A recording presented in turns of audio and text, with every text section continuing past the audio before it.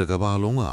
စောင့်ကြည့်နေတဲ့ဒီ Hague မြို့က ICJ တရားရုံးမှာမြန်မာကုံဆောင်ပြီးတရားမျှတမှုအတွက်ခုခံခြေပခဲ့တဲ့ကိုယ်စားလှယ်အဖွဲ့မိခင်နိုင်ငံကိုပြန်လည်ရောက်ရှိလာပါပြီ။နေပြည်တော်လေးစိမှာဘလို့မျိုးတောင်းဖြတ်ကြိုးဆိုခဲ့ကြတယ်လဲဆိုတာ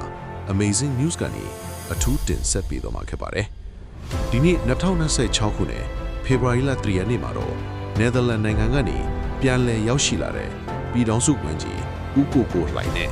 ရှင်းနေကျိုးဒေါက်တာထီတာဦးတော့ဦးဆောင်တဲ့အဖွဲ့ကိုနိုင်ငံတော်အစင်းတာဝန်ရှိသူတွေကလိုက်လဲ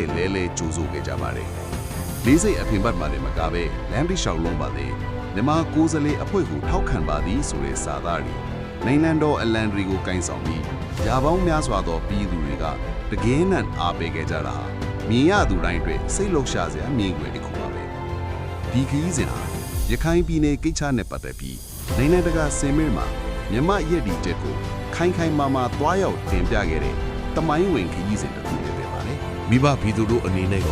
အခုလိုမိခင်နိုင်ငံအတွက်အားတက်သရောဆောင်ရွက်ခဲ့တဲ့ကိုယ်စားလှယ်အဖွဲ့ကိုဘလို့စကားမျိုးနဲ့ဂုဏ်ပြုချင်ပါလဲ။ကိုယ့်ရဲ့ထင်မြင်ချက်တွေကို comment မှာရေးသားပေးသွားကြပါဦး။အခုလိုထူးခြားတဲ့သတင်းဥတီကိုနေ့စဉ်သိရှိဖို့ကျွန်တော်တို့ရဲ့ Amazing News Channel ကို like နဲ့ follow လုပ်ထားဖို့မမေ့နဲ့ဘူးနော်။မြန်မာနိုင်ငံသူနိုင်ငံသားအားလုံး